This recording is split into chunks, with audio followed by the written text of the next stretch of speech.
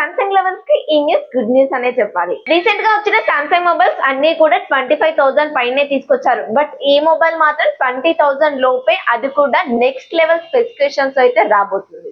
Company వాళ్ళు ఏదైనా mobile launch చేస్తున్నారంటే తెలుగులో అందరికన్నా ముందుగా క్లియర్ గా జెన్యూన్ గా మీ వద్దకు ఆ మొబైల్ యొక్క ఇన్ఫర్మేషన్ తీసుకురావడమే మన ఛానల్ స్పెషాలిటీ.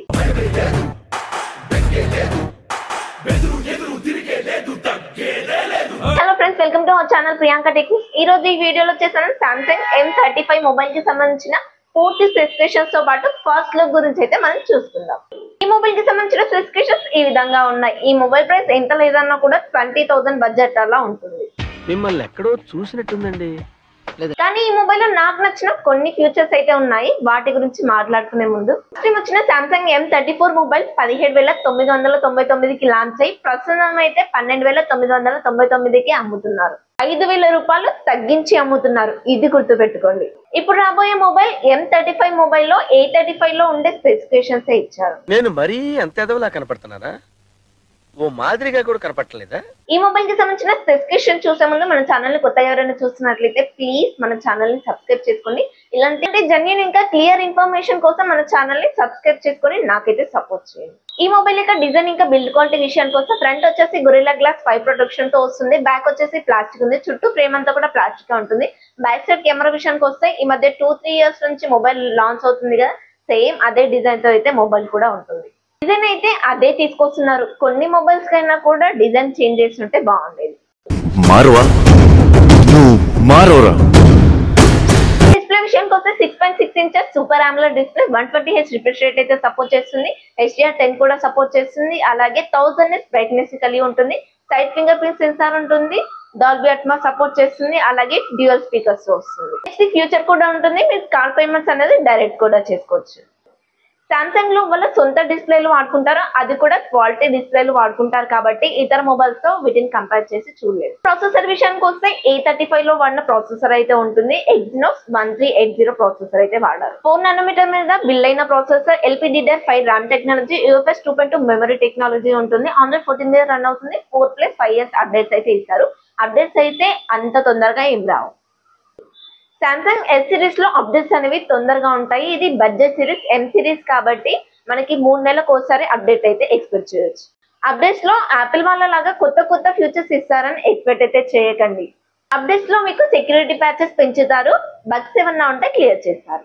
మేజర్ ఫీచర్స్ అన్ని కూడా ఆండ్రాయిడ్ వర్షన్ మారినప్పుడు మాత్రమే మీ ఫోన్ లో కనిపిస్తూ ఉంటాయి. సామ్సంగ్ S సిరీస్ లో వచ్చే ఏ ఫీచర్స్ అన్ని కూడా బడ్జెట్ మొబైల్స్ లో మీకు ఎప్పటికీ కనిపించవు. ప్రాసెసర్ గీక్బేస్ కోర్ చూసుకున్నట్లయితే సింగిల్ కోర్ లో 656, మల్టీ కోర్ లో వచ్చేసి 9067 స్కోర్ అయితే చేయగలిగింది. అయితే ఇతర మొబైల్ తో కంపేర్ చేస్తే దారుణం.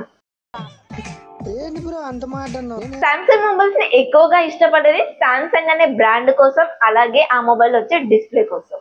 అంతేగా ఎక్కువగా ఇస్తారని చెప్పేసి, అలాగే నాకు సెక్యూరిటీ ఉంటుందని చెప్పేసి మాత్రం జనాలు ఎక్కువగా ఈ మొబైల్ తీసుకుంటూ ఉంటారు. కెమెరా విషయానికి వెళ్తే back side triple camera setup తో వస్తుంది. 50+8+5 MP కెమెరా. మెయిన్ కెమెరా మనకి OIS సపోర్ట్ చేస్తుంది. అలాగే 4K 30 FPS వరకు వీడియో రికార్డ్ చేయొచ్చు. ఫ్రంట్ వచ్చేసి 13 MP అయితే ఇస్తున్నారు. మనకి 1080 30 FPS వరకు వీడియో రికార్డ్ చేస్తుంది. ఇది ఎలాగో సామ్సంగ్ మొబైల్ కాబట్టి కెమెరా సెన్సార్స్ అన్ని కూడా సామ్సంగ్ వాళ్ళే వాడుకుంటారు. క్వాలిటీ అయితే అవరేజ్ గా ఉంటుంది. మీరు తీసిన ఫొటోస్ మీ ఫోన్ లో చూసుకుంటే మాత్రం సూపర్ గా కనిపిస్తాయి. ఎవరికైనా షేర్ చేశారంటే చాలా దరిద్రంగా కనిపిస్తాయి.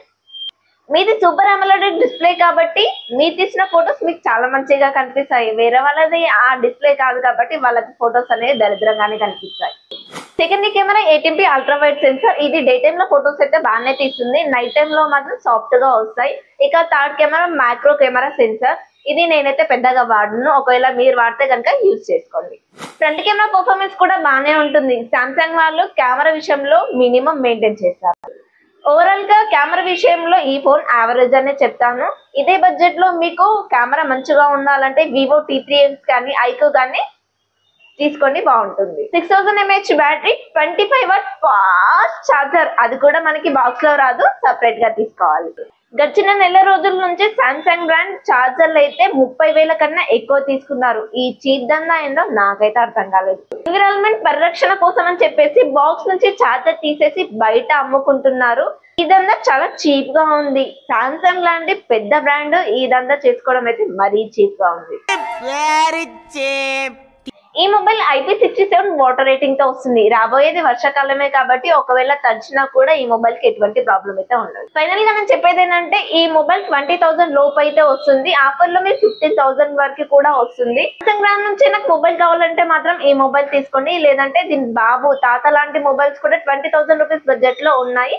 అవి మీకు కావాలనుకుంటే కింద కమెంట్ లో అడగండి, నేను కమెంట్ లో మళ్ళీ రిప్లై కూడా ఇస్తాను. పెద్ద యూట్యూబర్లు వచ్చేసి ఈ మొబైల్ డబ్బా కొట్టారని చెప్పేసి ఈ మొబైల్ తీసుకొని మోసపోకండి. ఈ వీడియోకి అయితే ఇంత ఫ్రెండ్స్. ఈ వీడియో కనుక మీకు నచ్చినట్లయితే ప్లీజ్ మన ఛానల్ ని సబ్స్క్రైబ్ చేసుకోండి. అలాగే నాకైతే మీ సపోర్ట్ కావాలి.